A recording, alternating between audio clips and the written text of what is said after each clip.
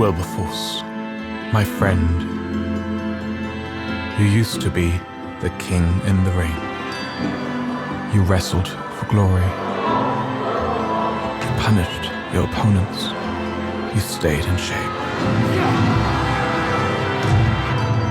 What happened? I think the general theme is connection, and whether how you do it by yourself or you need someone else to do it, is trying to get you to be your best self and try and do things that you can. So I think it's really is about pushing one another, and it's kind of the theme is friendship, and how a friendship can struggle when one person's trying to get the other person to reach their full potential.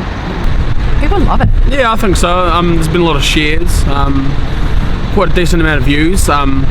We're really pushing to get some more exposure for it on Vimeo and stuff, but a lot of people thought it was a trailer, which kind of, it's all a 3-minute film can be, I suppose. Well, that was the major complaint, was that there wasn't more. That it really did leave people wanting more, and wanting people to know what happened to you, and so a lot of like, what happens next? So I think that's good when someone wants more. Totally. A lot of these conversations that we had in the car, they're real conversations that we've had before. So maybe 1 or 2 of the scenes, Ollie would be like, remember when we talked about that and you got pissed off at me because of that? Can we do something like that again? But then there was moments when he legitimately angered me by asking the same question over and over again in a small little Fiat Uno. When you're trapped with him. Yeah. What about the hip toss into the ditch? Yeah, no, that was, the idea was that he was gonna kind of come after me, and then the hip toss was completely improv. That was like, he got on me. I told him don't touch me because I was getting pretty angered with him, and he came on me, and so my natural reaction was to and luckily there's no glass or rocks down there. Well, what made it so authentic was he's mic'd up, you toss him in the ditch, the radio mic's like yeah, and then he stands up and he's like, oh god, where's the radio mic, and he's all tangled up in it.